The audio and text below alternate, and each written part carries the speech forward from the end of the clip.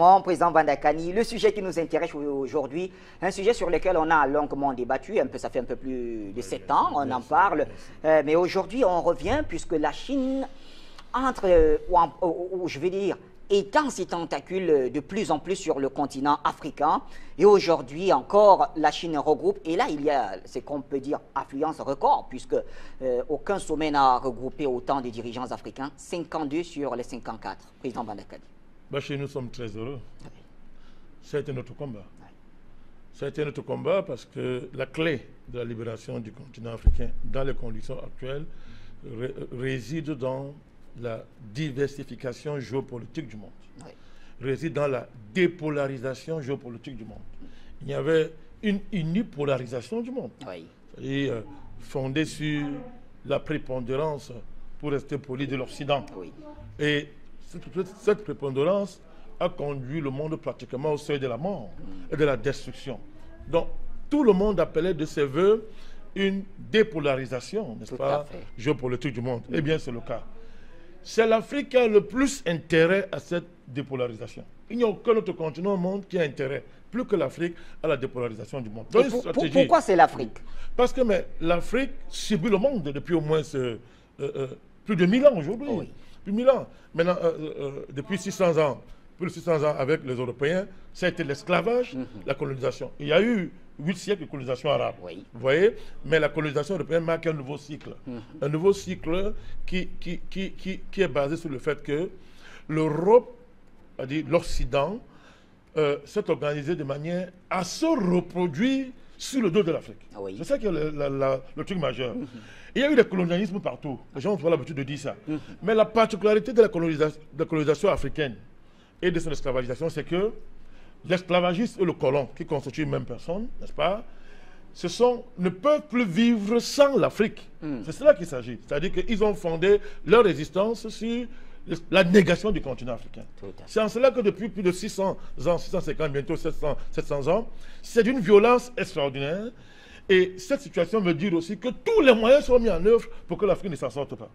Alors, l'Europe, donc, qui depuis bientôt 600 ans a dominé le monde, n'est-ce pas, a créé les institutions internationales pour consolider sa domination, n'est-ce pas, avait réussi. Il y a eu la parenthèse de la guerre froide. Mais quand la guerre froide tombe, on arrive à ce que j'ai appelé tout à l'heure l'unipolarisation. Extrêmement violente. Certains ont appelé ça l'américanisation du monde. Mais américanisation égale occidentalisation du monde. Voilà. Donc ça a duré très peu de temps, peut-être 10, 15, 20 ans. Ça a échoué, la Chine a émergé.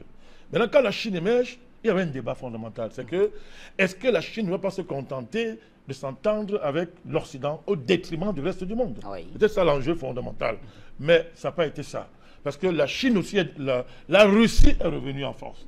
Donc, cette tripolarisation du monde autour de la Chine, de la Russie et de l'Occident est la chance la plus extraordinaire que ce soit présenté au continent africain.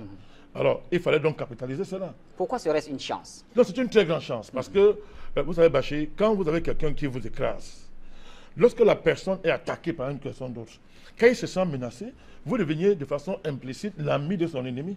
Et cela crée les conditions pour que vous soyez au moins menacé, à défaut d'être libéré. Je schématise pour que tout le monde nous comprenne. C'est un peu cela la condition de l'Afrique aujourd'hui. La multipolarisation géopolitique du monde crée les conditions de la libération du continent africain parce que les puissances vont se neutraliser d'une certaine manière. Ça fait donc que, de toute façon, au plan politique, il y aura une neutralisation, entre guillemets, des puissances. Mais sur le plan économique, la lutte pour l'achat des matières premières, qui sont vitales, il faut le dire, vitales pour l'économie mondiale, va faire à ce que, si tu as affaire à un seul client plus puissant que toi, il te fait chanter.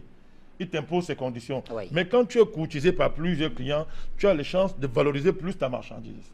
Donc je schématise. C'est le cas donc du continent africain aujourd'hui. Et un pays comme la Chine a un intérêt majeur, je dis bien majeur, à coopérer avec l'Afrique, parce que c'est la seule façon pour la Chine de se prémunir du projet américain de démembrer la Chine. Donc, et ça, ce projet géopolitique américain renforce, n'est-ce pas, les chances de l'Afrique de se libérer. Parce que la Chine comprend qu'aujourd'hui, si elle veut soutenir la compétition économique avec l'Occident, elle a besoin des matières premières de l'Afrique. Elle en a besoin à des prix compétitifs. Donc, raison de plus maintenant pour dire, OK, moi, la Chine, je fais un partenariat gagnant-gagnant avec vous. On a entendu beaucoup de choses, Bachir. Oh, la Chine va décoloniser l'Afrique. Oh, la Chine. Ce sont les pleurs des Occidentaux. Ils pleurent parce qu'ils sont en train de perdre l'Afrique. La Chine n'a jamais... Même certains Africains disent cela, président Bandakani. Non, c'est pas ignorance. Et par sentimentalité occidentale, pro-occidentale. Il y a beaucoup d'Africains qui sont pour l'Occident, c'est leur droit. On ne va pas le tuer pour ça. Mais c'est ignorant parce que, la Chine n'a colonisé aucun pays africain, Bachir. Aucun. Je voudrais vous rappeler que la colonisation, c'est des particuliers. Au-delà des aspects économiques culturels, c'est qu'avec l'Occident, il y a ce qu'on appelle l'entreprise de serrer corps à corps les dirigeants. C'est-à-dire que l'occidental, lui, s'implante dans votre tête. Il est partout, il est dans votre chair, dans votre chambre, il est partout. Pour vous contrôler. Mais la Chine ne nous a pas colonisé. On n'a pas ce rapport-là avec la Chine. Et qu'est-ce qu'on raconte? La Chine vient trouver l'Occidentaux là. Donc évidemment, ça va pas être la même chose. Puisque quand l'Occident arrive chez nous, Bachir, il n'y a personne. Vous comprenez? Quand l'Occident vient en Afrique, il n'y a pas de concurrent colonial. Oui. Vous comprenez? Même si la Chine venait nous coloniser, il y aura au moins concurrence entre les colonialismes. Vous comprenez? Oui. C'est différent lorsqu'il n'y a pas de concurrence entre un colon qui fait tout ce qu'il veut. Donc à tous les aspects, point de vue, il n'y a pas match. C'est-à-dire que la Chine ne doit pas coloniser. Le partenariat de la Chine avec nous est un partenariat gagnant-gagnant, vraiment. Vous savez pourquoi? Vous nous le dites, justement, puisque je voulais en Parce arriver que la là, Chine, on veut bien comprendre parce que la Chine n'est pas un pays capitaliste. Oh, il y a beaucoup d'ignorance dans... Les gens disent n'importe quoi. Quand vous étudiez la science politique... Est-ce que seuls les capitalistes... Oui. La colonisation est un produit direct de l'esclavagisation du capitalisme. Oui. Et dans le berceau occidental, la Chine, c'est un pays qui, historiquement, n'est pas capitaliste. Vous comprenez? Elle devient capitaliste, n'est-ce pas, à la chute, à faveur de la fin de la guerre froide. Elle devient un pays capitaliste. Mais, observez bien, il y a une nuance. Il y a un seul parti en Chine. Son nom, c'est quoi? Parti communiste chinois. Écoutez ça bien. Attention, vous avez en Chine un capitaliste, c'est-à-dire, ce n'est pas le capital qui crée l'État chinois. Alors que en Occident, le capital a créé les États impérialistes occidentaux. Donc c'est différent. La Chine a beaucoup de... C'est-à-dire, la Chine peut bien nous comprendre parce que son rapport au capital n'est pas la même chose que le rapport de l'Occident au capital. C'est clair et net. Donc il ne faut pas qu'on fasse la confusion. La Chine est notre partenaire. Oui. C'est un partenariat qu'il faut soutenir puissamment, Bachir. D'abord pour nous écarter, pour détruire, n'est-ce pas, l'étau occidental sur notre cou. Il faut le partenariat chinois pour détruire.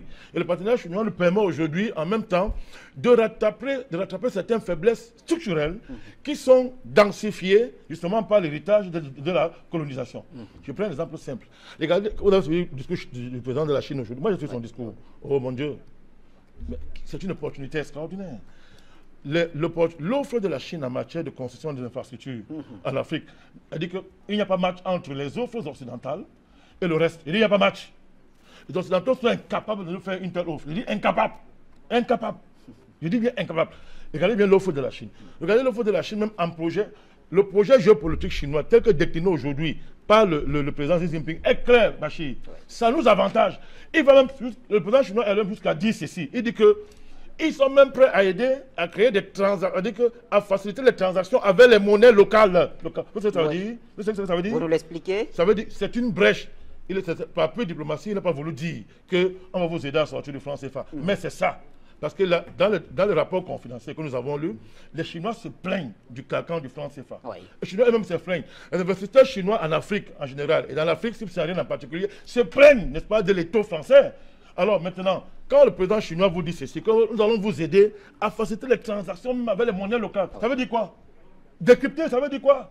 Et je voudrais vous rappeler quand nous parlons, il y a une banque qui a été créée déjà, que Brazzaville dans ce sens, Oui. où vous pouvez échanger directement le franc CFA avec le yuan. Mais ouvrez les yeux. Tout à fait. Ouvrez les yeux. Pour l'Afrique centrale. Voilà, Oui. ouvrez les yeux. Donc, Bachir, les conditions sont là. Bon, c'est à nous de ne pas être naïfs. Entre les États, il n'y a pas d'amitié, il y a les intérêts. Oui. Mais je vous dis, sur le plan objectif, il n'y a pas de comparaison aujourd'hui entre cette opportunité que nous offre la Chine et la violence et les colonisations, n'est-ce pas, occidentales. Merci, président Bandakani, pour ce premier jet de pierre qui nous conduit au standard.